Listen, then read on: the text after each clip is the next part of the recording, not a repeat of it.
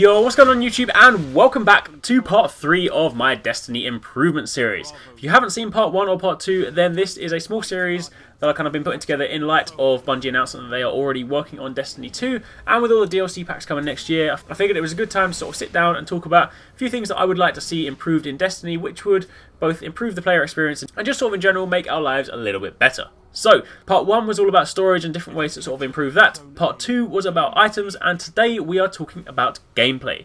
So first up, I want to talk about ships. Ship, combat, and controllable ships. Right now, I'm sure you are no doubt aware that your ship is utterly pointless. You can get different ships, but to be honest, you probably don't care, because it doesn't really do anything. You go to orbit, and you're on the loading screen for all of about a minute, you know, depending on what you're doing. Maybe a little bit longer if you're assembling a fire team for a raid, but for the most part, you're not there for long, and then once you've seen your ship once or twice, you don't really care what it looks like ever again. And I did mention in my first video, the one about storage, that it would be nice to kind of like see your ship as a kind of mini storage station, so that way you could leave a few items there. But what it would be cool to do is to see an actual application for the ships. Destiny is a vast world with a huge array of planets to explore, but we never get to see the whole thing. You know, we leave the tower, we go to orbit, and then we are just dropped in some way on the planet, and then we have to walk around the kind of restricted zone. But why do I never get to see the journey? I mean, that could be one of the most interesting things. Like, what if I want to stop on the way? Think about something like World of Warcraft. You know, I walk from one continent to the other, and on the way, I get distracted because I find enemies, or I find chests, or I find other things to explore. I want to be able to do this in Destiny. I want to be able to go to the tower, walk to the hangar, get in my own ship, I want to fly, and then I want to go up and I want to say, right, I'm going to Venus, so I'm going to fly there myself. And along the way, I might see a massive asteroid and be like, let me just drop down there. I drop down, I gather some materials, maybe I kill some enemies, maybe there's a chest. I open that chest, and then I get back in my ship, I fly all the way to Venus, and then bam, I'm there. And maybe also, on the way there, I might find other enemies in the ship, so I can then fight them while I'm flying. I mean, all things like that could be really, really awesome. You know, Bungie made Halo, they clearly know what they're talking about when it comes to ships and vehicles. You know, you can fly Banshees, why can I not fly a spaceship? So yes, that, as the very first point, I want to see a more useful application for my ship. Then while we're on the topic of vehicles, I also want to see a mode for Sparrows. You know, we've kind of like mentioned this before, and Bungie have hinted at the fact that they know people want to do Sparrow racing and Sparrow tricks. You know, they gave us the EV30 tumbler so that we can do tricks, which is really cool. But let's build on that. You know, I do want to see Sparrow racing. I mean, I spend so much time on my Sparrow going from point A to point B, but once I get from point A to point B, there's not really much else to do. You know, occasionally I'll mess around with my fire team and try and push someone off a ledge using my Sparrow, or maybe I'll go into the Vault of Glass and try and get my Sparrow all the way down to the Templar. But beyond that, you know, beyond making my own fun, there's nothing for me to actually do. But if there was a mode for this, you know, an actual racing trick mode, that would be so flipping awesome. Just effectively, what I'm trying to say is let me do more with the stuff that I've got. I've got a ship, let me fly it. I've got a Sparrow, let me race it. All that kind of stuff would just make Destiny so much more awesome, so much more lively, and just so much more kind of like personal as well. Then moving away from vehicles, but still under the sort of gameplay mechanics, I would like to see crafting. Now, crafting is something that quite a lot of MMOs, and I know Destiny is not your conventional MMO, but it's something that a lot of games have got. Guild Wars, World of Warcraft, for example, things like that. I've got a crafting system in place whereby, you know, you collect materials, and then you've got like a skill tree that you work your way through. And once you rank up your crafting, just like, you know, you rank up the Cryptarch, once you rank up your crafting, you can build bigger and better things. And this links into the last video I made, because in the last video I said I wanted to see more variety in armour.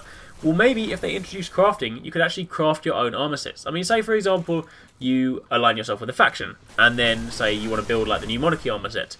But then, instead of actually buying it from the vendor, you go out and say you harvest some spin metal, or you harvest some relic iron.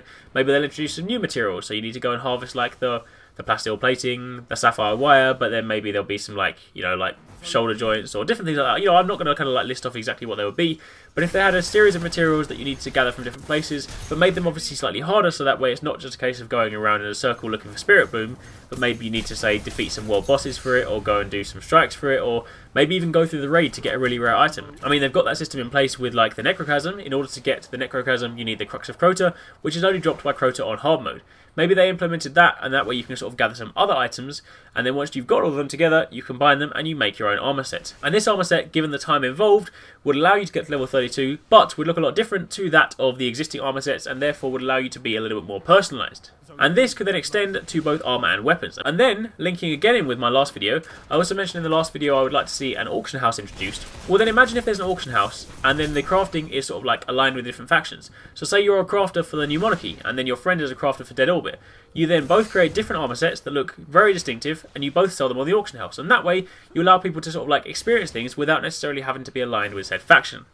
And also when you're crafting, it would give you a bit more freedom with the items and the stats. So that way you could say, right, you know, I need a set with a lot more intellect, as opposed to being given whatever the vendor's selling. You could say, right, I'm going to craft it and I'm going to say I want more on the intellect and less on the strength, for example. Then moving away from crafting, and I want to talk about third subclasses. Everybody's spoken about it, everybody wants it, you know, it's just something that will just help building your character and once again give you a little bit more variety. I appreciate right now 2 is enough for what you want to do, but 3 would be better. Now, a lot of people have noticed there is a third slot. Now, that third slot was actually for a mechanic that was in place in the beta. There used to be a mechanic in place whereby you could lock your subclass, which then gave you some sort of additional stat bonuses, but then once it was locked, you couldn't tweak it. But when you locked it, it duplicated your class. So that third slot you're seeing right now was because when you would lock a class and duplicate it, it would then be on the left-hand side. So you could effectively have, say, as a hunter, you could have 2 gunslinger classes and 1 blade dancer, and you could switch between them. So that's why there is a slot right now. But everybody knows, you know, each class has got 2 out of the 3 elements. Hunters have solar and arc, but they do not have void. You know, warlocks have void and solar, but they don't have arc, and titans have arc and void, but no solar. So it would be nice if you could actually have all 3, and therefore when you're doing the weekly nightfalls and things like that, you could actually switch your subclass to match the burn. Quite what they would be, I haven't really sort of given it too much thought right now, but as a hunter, obviously if I was void, maybe it'd be cool, you know, right now you've got like a ranged guy as the gunslinger, you've got the up close guy as the blade dancer. Maybe as a hunter I need to have something that's sort of like a trapping mechanic, so maybe my void would be, you know, I could lay traps, and then like maybe my super would be some sort of like advanced sort of snaring mechanic. I don't really sort of like know, but it would be cool to have a subclass to fill in the middle ground. Then moving on to the next topic, which kind of like goes on nicely from this one, is more defined roles in both your fire team and just sort of like in things in general. Right now you've got 3 distinctive classes, but it doesn't really matter which one you play as, because at the end of the day, you go to something like the raid and it can be completed with every single class. The very first time I did the Vault of Glass, I did it with 4 hunters and 2 titans. Then when we did Crota's End, we did it with 4 hunters, 1 titan and 1 warlock. But it would be nice if raids especially introduce sort of like specific class roles. Maybe you'll have like a section that only a hunter can sort of like jump to, or maybe you'll have a section where the hunter needs to go invisible to get past some like security sections, and then they then go down, activate a button which allows everyone else to come through. And then for example there could be a wall which like only a titan could smash through, and then like there could be a section where everyone in the team has to die, but then the warlock has to self-resurrect, which will then allow them to pass through and then revive everybody else.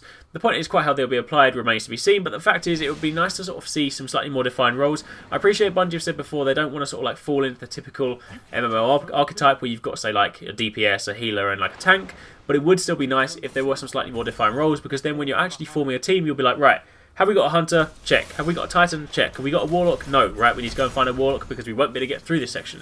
And then it really does promote, you know, like balanced teams, and it also means that it might kind of cause people to go and make different classes, because then, you know, you might want to be slightly more versatile for your team. That way you can swap in and out and different things like that. So more defined roles, at least in some of the game, would be a nice thing to see.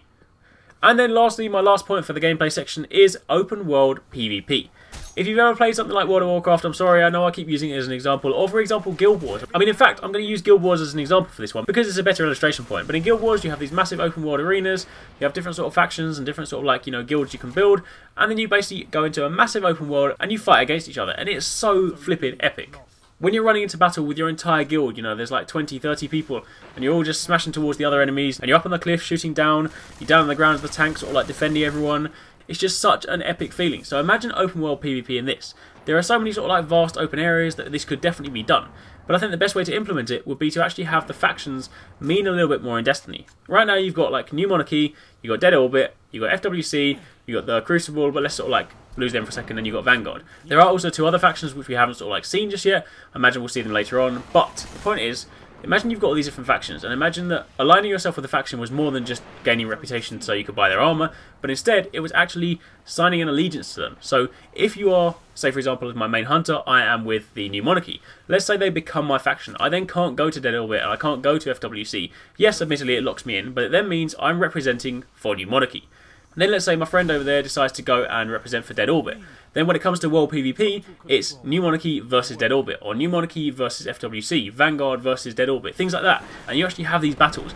People are flying these banners, they, you know, they're holding like an FWC banner, they've got FWC gear, so they're all in the right colour, and then suddenly you go into battle, and then when you win the battle, or you kind of like win that match, you then win favour for your faction. You can then maybe get some buffs for like a week or like a day or something like that, which will then double your XP earned, or like give you some more items or different things like that. But that would then give the factions a slightly more important role, and it would just allow you to have a much more epic battle. You know, 6v6 is fine, but 30v30 is even better. So they are my suggestions, and that brings this video and this series to a close. So if you haven't seen any of the videos, then make sure you go back and check them out. Part 1 was all about improvements to storage, Part 2 was all about improvements to items, gear and weapons, and Part 3, the one you've just seen, is about gameplay. So recap for this episode, I want to see more use for ships, you know, combat, controllable ships, things like that. Modes for sparrows, I want to see crafting, I want to see another subclass, and I want to see more defined roles, and then open world PvP. So, that is it for this video. Hopefully you enjoyed it. If you did, don't forget to smash that like button down below. Give it a thumbs up. Show your support. It does really help us out. And obviously don't forget to subscribe for daily gaming videos. Drop a comment down below and let me know what you thought of some of the ideas in this. And if you've got your own ideas, then also drop them down below. And once again, thank you very much for watching. Take it easy. Catch you next time. Peace out.